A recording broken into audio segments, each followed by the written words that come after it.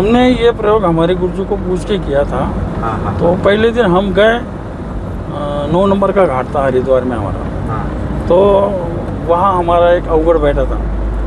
तो योग संयोग से उसको हमने बताया कि कोई भी डेड बॉडी, चाहे वो योगी हो, चाहे अघरी हो, चाहे कोई भी, हमने ये प्रयोग हमारे गुरुजी को पूछ के किया था। हाँ। तो पहले दिन हम गए, 9 नंबर का घाट था हरिद्वार में हमारा। हाँ। तो वहाँ हमारा एक अवगढ़ बैठा था। तो योग संयोग से उसको हमने बताया कि कोई भी डेड बॉडी अगर गंगा जी में बहती आई हाँ। तो हमें बता देना और उसको किनारे लगा रखना, हमें बुलाना, हम करेंगे। तो दिन भर तो मुझे मंदिर में रहना पड़ता था, रात को जाता था मैं। तो गुरुजी को बता के जाता था मैं। पहले दिन गया, बहुत डर लगा मैं। डेड बॉडी वो पूरी उसके सारे कपड़े वपड़े निकाल के हम उसके पहले हमने तो कपड़े निकाले नहीं, कुछ नहीं। पहले स्नान किया और उसके ऊपर बैठ गए। डेड बॉडी के ऊपर? हाँ। तो वो हमारी भी बॉडी खड़खड़ करने लगी। डर हमें लगने लगा। डर के तो थोड़ा गुरु मंत्र का जाप कर लिया हमने, लेकिन मतलब थोड़ा सा मतलब हिम्मत नहीं थी। फिर रात को वापस आ गए। फिर सुबह गुरुजी को बताया, गुरुजी ऐसी ऐसी बात है। फिर बाबा जी बोले ठीक है, कल जब जाएगा तू मुझे मिल के जाना। फिर दूसरे दिन बाबा जी के वहाँ मिल के जा रहा हूँ। ऐसा बस बाबा जी इतना बोला था कि बस जाते समय बोलना नहीं, मेरे से भी नहीं बोलना, किसी से नहीं बोलना, सीधा वहाँ शमशान में हमारे 9 नंबर के घाट पे चले जाना। तो इस रूप से फिर हम गुरुजी के कक्ष में गए। फिर गुरुजी ने एक लाल धागा लिया, पता नहीं क्या मंत्र मार दिया उन्होंने, मेरे हाथ को बांध दिया क्या, और आशीर्वाद दे दिया क्या, और फिर हम चले। अच्छा, ये बात किसी को बताना नहीं। जब हमको बोला गुरुजी ने बोलना ही नहीं, तो उसका संकेत ये था कि ये बात गुप्त रखनी। किसी को बड़े जाओ पढ़ा करके बताना नहीं। मैंने चलो ठीक है, ये बहुत अच्छी बात है। तो फिर वो उससे मुझे थोड़ा आत्मविश्वास आ गया क्या। गुरुजी से जो भी कहते हैं हमारे संप्रदाय में, जो भी वाकई गुरुजी से एक रूप है, दृढ़ विश्वास कह दो या जो कुछ भी है, चाहे गुरु कैसा भी हो, लेकिन उसका अगर दृढ़ विश्वास गुरु के ऊपर है तो उसके अंदर आत्मविश्वास आना ही आना है। फिर कोई भी कार्य होगा, अच्छा बुरा जो कुछ भी है, वो करके पार हो जाता है। हाँ जी। तो वो अनुभव प्रत्यक्ष जब मैंने ये साधना की, उस समय वो बहुत अच्छे अनुभव आ गए। फिर मुझे ध्यान लगना शुरू हो गया। फिर बाद में फिर मैंने मेरा ट्राई किया, क्योंकि मेरे को पहले से ही मुझे ऐसा एक व्यासंग था कि कहीं भी ध्यान लगा के बैठो, मुझे शून्य में जाना चाहिए, शून्य में समाधि लगनी चाहिए। उस समय मुझे साधु बनने से पहले वो ज्ञान नहीं था, ये शून्य समाधि है, ये है, कुछ भी नहीं। पर बस इतना लगता है कि ध्यान में लग जाना चाहिए, क्या समाधि जैसा हो जाना चाहिए। क्योंकि उस समय मैंने ज्ञानेश्वर महाराज की भी बहुत सारे ज्ञानेश्वरी भी पढ़ता था, उनका चरित्र भी पढ़ा था। तो उस समय ओला भागवत के पुस्तकें भी मिलती थी, तो उन्होंने थोड़ा प्राणायाम वगैरह इस प्रकार से बताया था। तो मैंने तो वहीं से स्टार्ट कर दिया था। तो इस प्रकार से फिर वो साधना में वो शून्य समाधि मुर्दे के ऊपर फिर मतलब वो ऐसा करना होता है कि समाधि जब लगती है जब अपनी भी बॉडी डेड हो जाती है क्या। तो मैंने वो संकल्प किया डेड बॉडी के ऊपर कि जैसे ये डेड बॉडी है, ऐसे ही मेरी डेड बॉडी हो जाए क्या, मेरे सारे हाँ, और मुझे समाधि लग जाए। ऐसा दृढ़ संकल्प करके किया था। वो बोलते ना मेरी भक्ति गुरु की शक्ति, ऐसा। तो उस समय बोलता था मैं क्या, मन के अंदर ही बोला मैं, मतलब सुबह तक मैं वापस आने तक बोला ही नहीं। जिसने वो अवगढ़ ने डेड बॉडी ला के रखी थी उसको भी कुछ बोला नहीं क्या। कितना टाइम किया था आपने ये साधना डेड बॉडी के ऊपर? ये 4-5 दिन क्या, मैं समाधि लग गई, मैं फिर निकाल दिया, ज़्यादा नहीं। समाधि साधना के टाइम पे जब समाधि लगी तो वो समाधि कितने टाइम की? वो कुछ ज़्यादा 15-20 मिनट होगा, ज़्यादा नहीं। अच्छा। जागरूक हो गया, फिर खोल दिया, क्योंकि मुझे फिर सुबह आरती पूजा में आना पड़ता था ना। हाँ हाँ हाँ। नहा धो के फिर गोरक्षनाथ जी की सुबह 4 बजे पूजा करना है, ये करना है। फिर समाधि का मैंने ऐसा बहुत प्रयोग करता था पहले। मतलब जब मैं इसके जंगल में था, सातारा के जंगल में, चाफड़ का जंगल था वो, चापड़, हाँ, जहाँ शिवाजी महाराज ने शेरनी का दूध निकाला था अपने गुरु रामदास स्वामी के लिए। हाँ हाँ। तो वो स्थान देखने के लिए जंगल में चला गया था मैं। तो उसी में मैं अटक गया, मुझे रास्ता मिला नहीं वापसी का। तो मुझे वहाँ 1.5 महीना रुकना पड़ा, कम से कम 1.5 महीना। अरे बाप रे। हाँ, तो उस समय मैं ये साधना में लग गया था। तो वहाँ अलग अलग पेड़ के नीचे बैठता था मैं। जिस पेड़ का मैं अपने उम्र बोलते हैं, हाँ गुलर बोलते हैं हिंदी में उसको, गुलर का पेड़ थे। हाँ। तो उसके नीचे मेरे पहले तो खा लेता था, भूख लगी तो गुलर के वो निकाल के गुलर, और फिर बैठ जाता था मैं।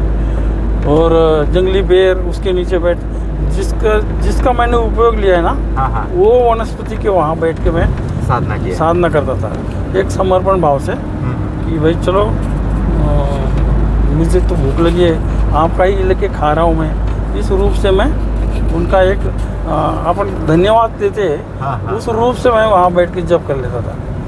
उस समय मैं प्रभु रामचंद्र का जप करता था मैं, श्री राम जय राम जय जय राम। बहुत अच्छा। इतना मतलब आनंद आता था उसमें। तो उसके पहले मैं सज्जनगढ़ में था 15-20 दिन, दास बोध का पाठ किया था मैंने वहाँ। वहाँ सन्यासी जैसा रहा मैं। तो वहाँ से मुझे इतनी आदत लग गई, फिर मैं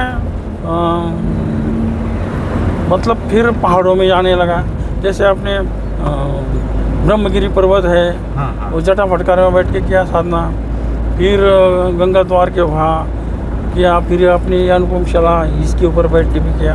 अच्छा, अनुपम शिला के ऊपर बैठ के हाँ, भी आपने साधना हाँ की है? बहुत की मैंने वहाँ तो। क्या, जब तो कुछ नहीं था, जंगल ही था जब वहाँ। अच्छा। अभी तो बहुत अच्छा हुआ वहाँ। तो रास्ता पर ना था।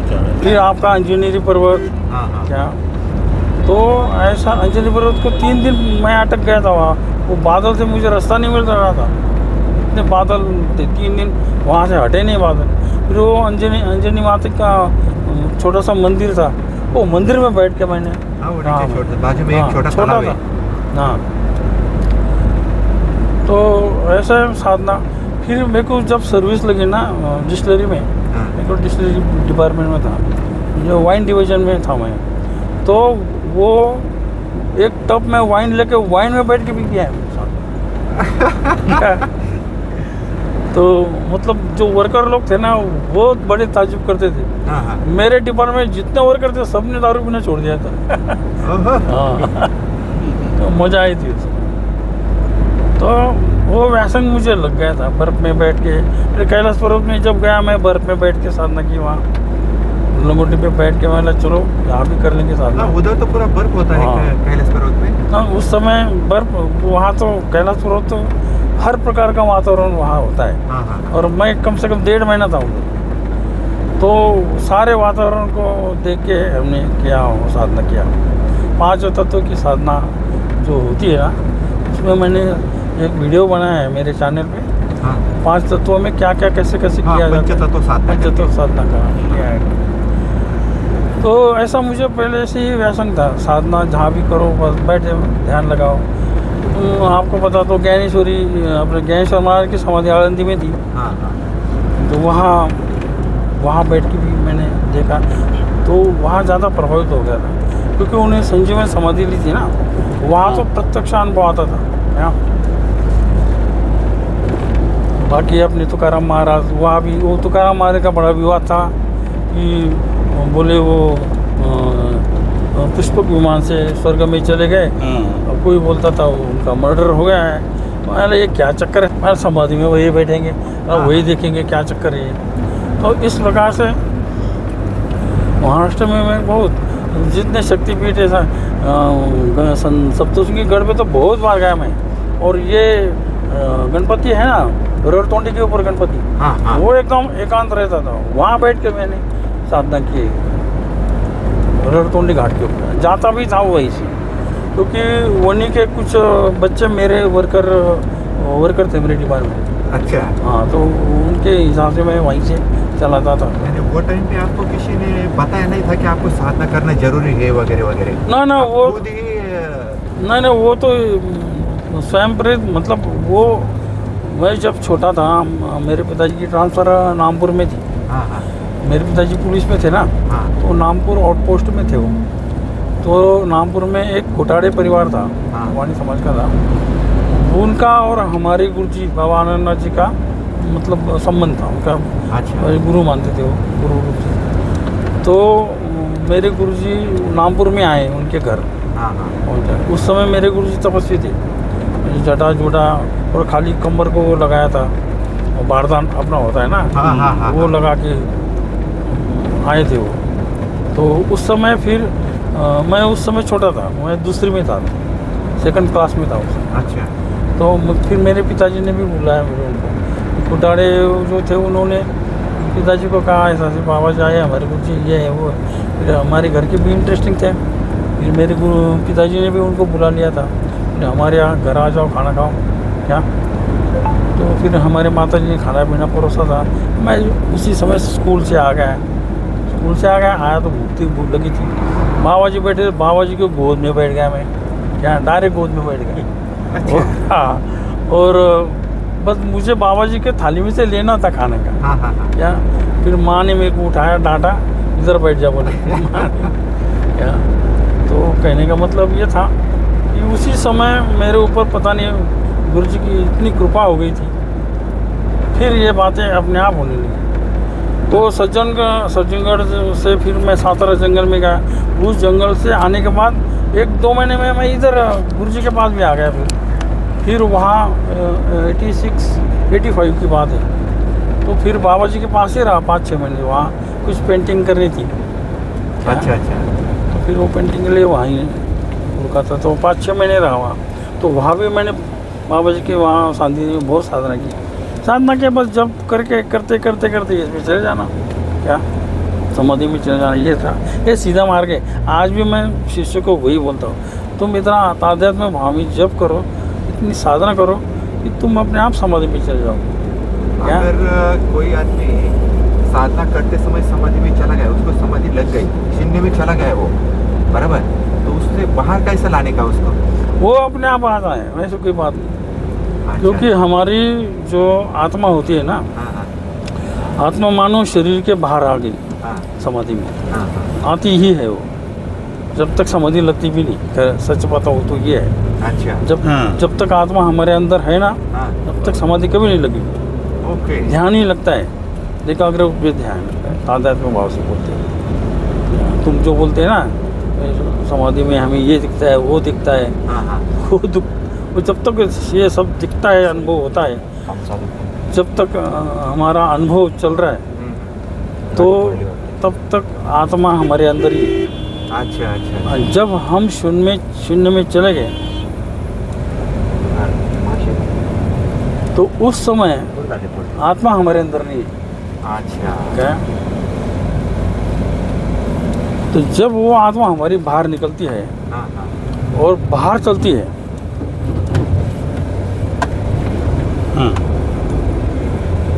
तो उस आत्मा से हमारे नाभि में से एक तंतु निकलता है बारीक सा। अच्छा हाँ, वो उसको कनेक्ट रहता है आत्मा को।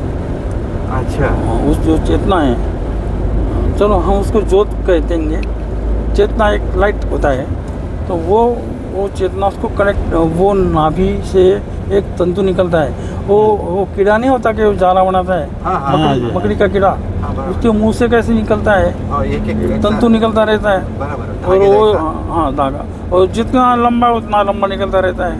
बराबर, क्या? उसी प्रकार हमारे नाभि से एक ऐसा कनेक्शन उससे कनेक्ट होता है, वो कितने भी दूर जाओ आत्मा, हाँ। वो वापस वो तंतु उसको वापस ले आता है। क्या? अच्छा, कनेक्टेड है, क्योंकि हम जब गर्भ में होते हैं ना, हाँ, तब हमारा नाभि से कनेक्ट होता है, हमारी माँ की नाभि और हमारी नाभि ये कनेक्ट होता है। वही तत्व, वही सिचुएशन सूक्ष्म रूप में आत्मा के साथ रहती है। अच्छा, इसलिए हम जब माँ के गर्भ में होते हैं ना, हम पूरे ब्रह्मांड में होते हैं। क्या। और हमारा जो माँ की नाभि है उससे जो तंतु मतलब वो नाड़ बोलते हैं ना, वो नाड़ जो है हमसे कनेक्ट होती है, वो स्थूल रूप में है और ध्यान में सूक्ष्म रूप से वही नाड़ आत्मा के कनेक्शन में रहती है क्या। तो इस प्रकार से वापस आने का सोचना नहीं, अपने आप आ जाता है। और मान लो हम अगर बहुत सारे ऐसे हैं आत्मा ध्यान करते समय अगर बाहर निकलती है ना, तो वो डर जाते हैं